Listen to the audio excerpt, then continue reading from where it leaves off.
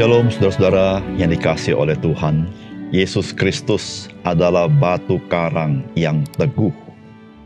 Oleh karena itu saudara, mari kita menaruh segenap hidup kita di atas batu karang yang teguh ini. Sehingga kita menjadi orang-orang percaya yang teguh dan menang di dalam Dia. Salam jumpa dalam program Tuhan adalah Gembalaku. Saudara, berita di dalam dunia ini adalah berita-berita yang seringkali menggemparkan dan menggentarkan kita.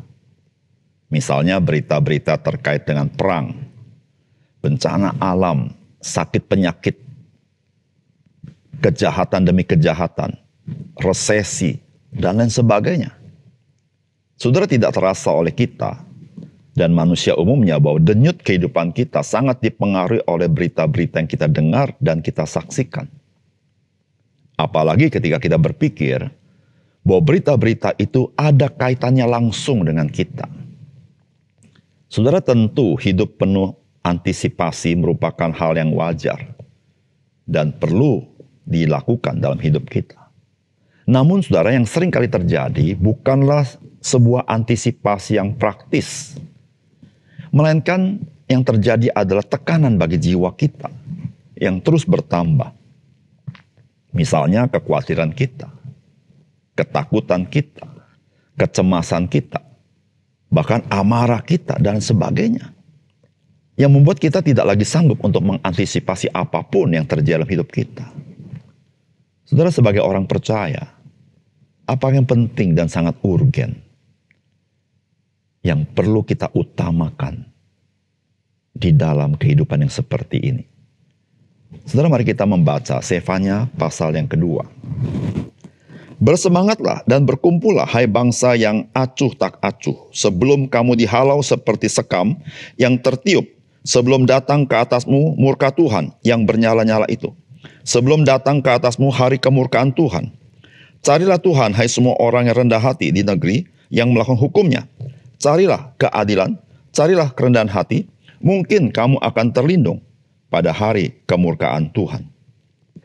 Sebab Gaza akan ditinggalkan orang dan Askelon akan menjadi sunyi, Asdod akan dihalau penduduknya pada rembang tengah hari dan Ekron akan dibongkar bangkitkan. Celakalah kamu penduduk daerah tepi laut, kamu bangsa Kreti.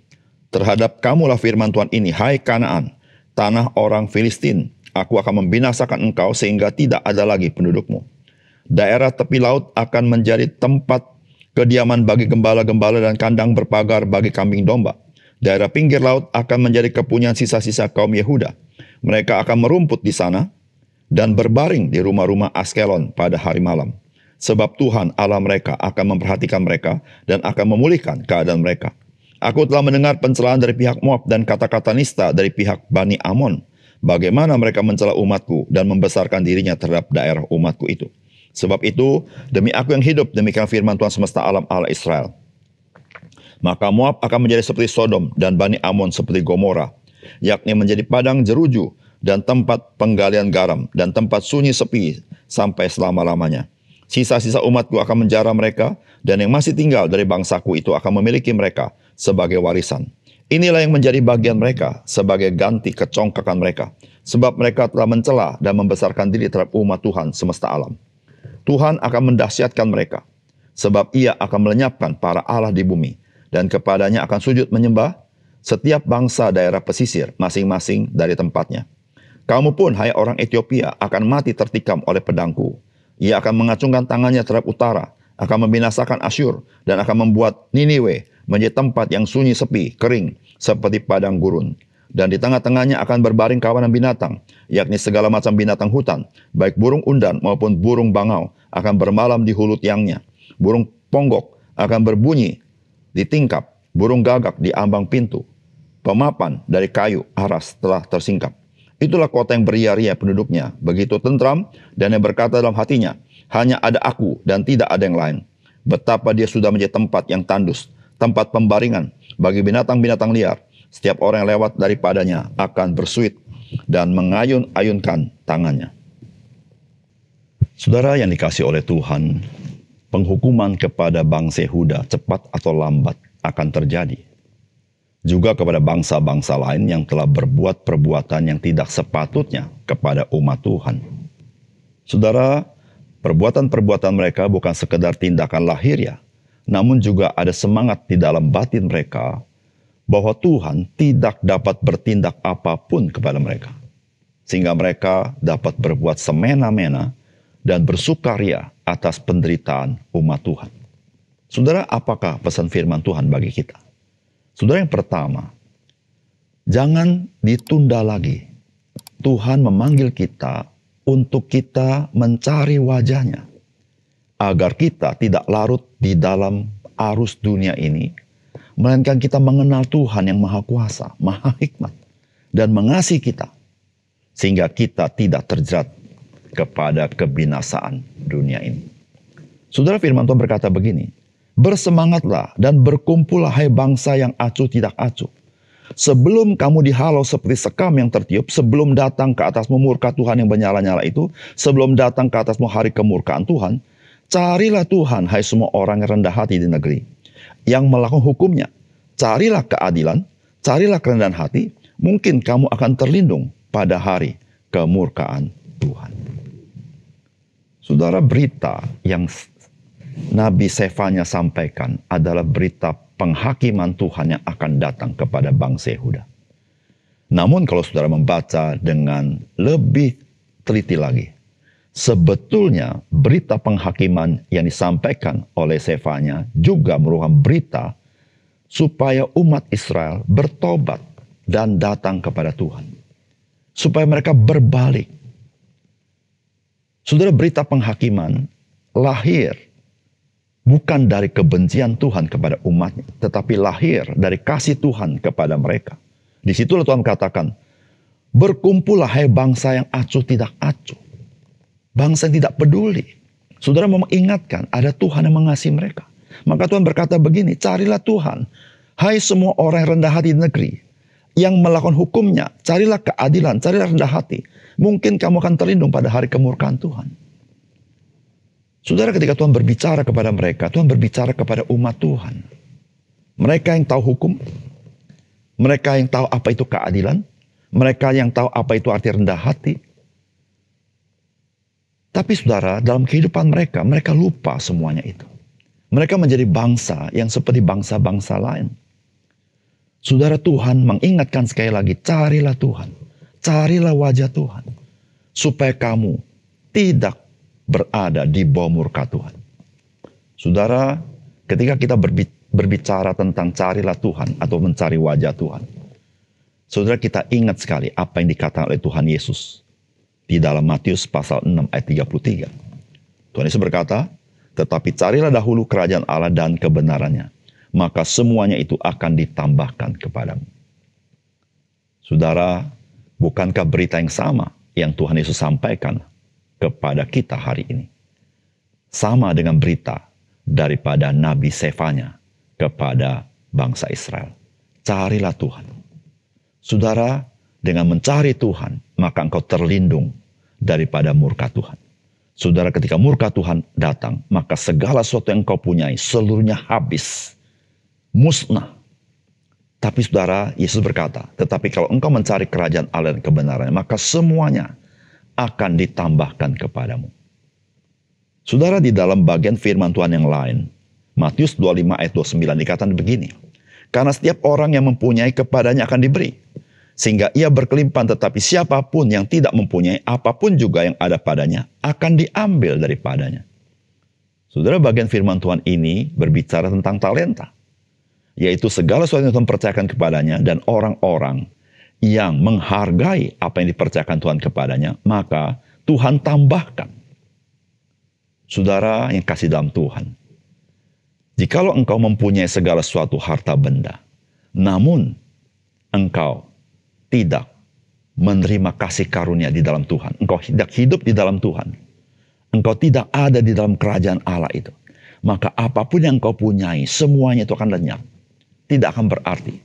Saudara, kita ingat apa yang Tuhan Yesus katakan, barang siapa mencintai nyawanya akan kehilangan nyawanya, tapi barang siapa tidak mencintai nyawanya karena aku, dia akan mendapatkannya.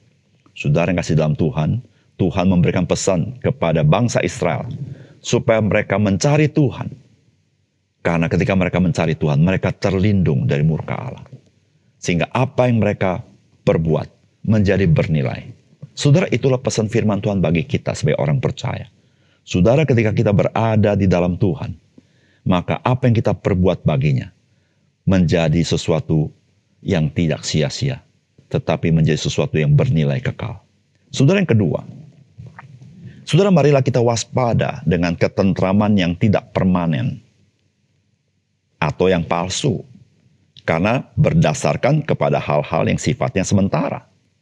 Melainkan, marilah kita menerima damai sejahtera yang teguh dari Tuhan Yesus. Saudara, firman Tuhan berkata begini, inilah yang menjadi bagian mereka sebagai ganti kecongkakan mereka. Sebab mereka telah mencela dan membesarkan diri terhadap umat Tuhan semesta alam. Tuhan akan mendahsyatkan mereka sebab ia akan melenyapkan para Allah di bumi dan kepadanya akan sujud menyembah setiap bangsa daerah pesisir, masing-masing dari tempatnya. Kamu pun, hai orang Ethiopia, akan mati tertikam oleh pedangku. Ia akan mengacungkan tangannya terhadap utara, akan membinasakan Asyur, dan akan membuat Niniwe menjadi tempat yang sunyi sepi, kering seperti padang gurun. Dan di tengah-tengahnya akan berbaring kawanan binatang, yakni segala macam bintang hutan, baik burung undan maupun burung bangau, akan bermalam di hulu tiangnya.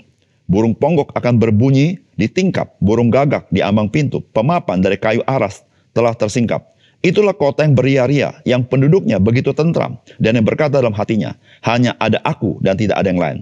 Betapa dia sudah menjadi tempat tandus, tempat pembaringan bagi binatang-binatang liar. Setiap orang yang lewat daripadanya akan bersuit dan mengayun-ngayunkan tangannya. Saudara, apa yang digambarkan di dalam firman Tuhan ini? Saudara, betapa optimisnya bangsa-bangsa yang ada di sekitar bangsa Yehuda. Mereka berada di daerah, di lokasi yang sangat strategis, yaitu di daerah pesisir. Saudara, mereka menjadi bangsa yang makmur tentunya, karena tinggalnya di daerah yang sangat strategis. Sehingga mereka merasa bahwa ketentraman mereka tidak dapat diganggu-gugat oleh siapapun. Tetapi Tuhan mengatakan, apa yang mereka miliki, seluruhnya akan habis. Saudara yang kasih dalam Tuhan, dalam hidup kita sebagai orang percaya, kita harus sangat mewaspadai yang dimaksud dengan ketentraman yang palsu atau ketentraman yang sifatnya tidak permanen.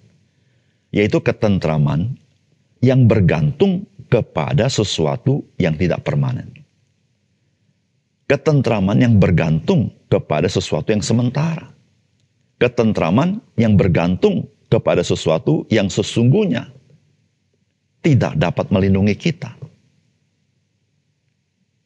Saudara yang kasih dalam Tuhan, ketika seseorang bergantung kepada ketentraman yang seperti itu, maka dia sedang menaruh dirinya dalam bahaya yang sangat besar. Karena ketika bahaya itu datang, dia tidak sanggup berdiri teguh. Saudara, Tuhan Yesus pernah memberikan perumpamaan. Ada dua orang membangun rumah.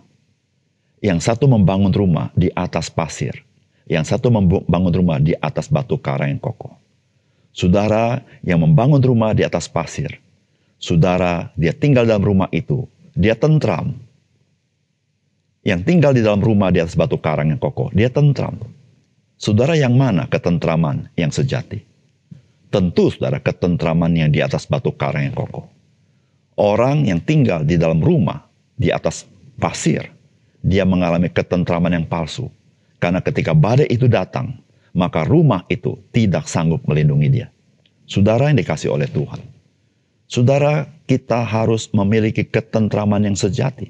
Saudara, itulah yang Tuhan Yesus katakan di dalam Yohanes pasal 14 ayat 27. Damai sejahtera ku tinggalkan bagimu, damai sejahtera ku berikan kepadamu. Dan apa yang kuberikan tidak seperti yang diberikan oleh dunia kepadamu. Janganlah gelisah dan gentar hatimu. Saudara, hanya Yesus yang dapat memberikan damai sejahtera yang sejati itu. Damai sejahtera yang seperti apa? Yaitu damai sejahtera di dalam Tuhan. Karena engkau di dalam Kristus diperdamaikan dengan Allah Bapa. Saudara, engkau menjadi anak-anak Allah. maka engkau dilindungi oleh Allah Bapa, dipelihara oleh Allah Bapa, dan tidak ada kuasa manapun yang sanggup merebut engkau. Saudara, itulah damai sejahtera yang sejati, yang merupakan hidup di atas batu karang yang kokoh. Dunia tidak punya kuasa atas anak-anak Tuhan. Karena anak-anak Tuhan bukan dari dunia ini, tapi anak-anak Tuhan adalah milik Tuhan. Saudara, mari kita menjadi orang-orang bijaksana. Kita menjadi orang yang tentram, bukan tentram karena dunia ini. Kita tentram karena kita sudah diperdamaikan dengan Allah, dan kita memiliki damai sejahtera itu, di mana Allah, Dia adalah Bapa kita, dan kita anak-anaknya. Dan apapun yang kita alami, kita tahu dengan pasti, saudara, Bapa di surga, Dia tidak membiarkan kita. Mari kita berdoa. Bapa di surga, terima kasih untuk kebenaran firman-Mu. Kami berterima kasih melalui firman-Mu, Tuhan, ingatkan kami, ada ketentraman yang palsu, sehingga kami jangan hidup di sana, tetapi kami hidup di dalam ketentraman yang sejati, di dalam damai sejahtera Yesus Kristus. Karena di dalamnya, Tuhan, kami diperdamaikan dengan Allah, dan kami menjadi anak-anak Allah. Terima kasih Tuhan, dalam nama Tuhan Yesus kami berdoa. Amin.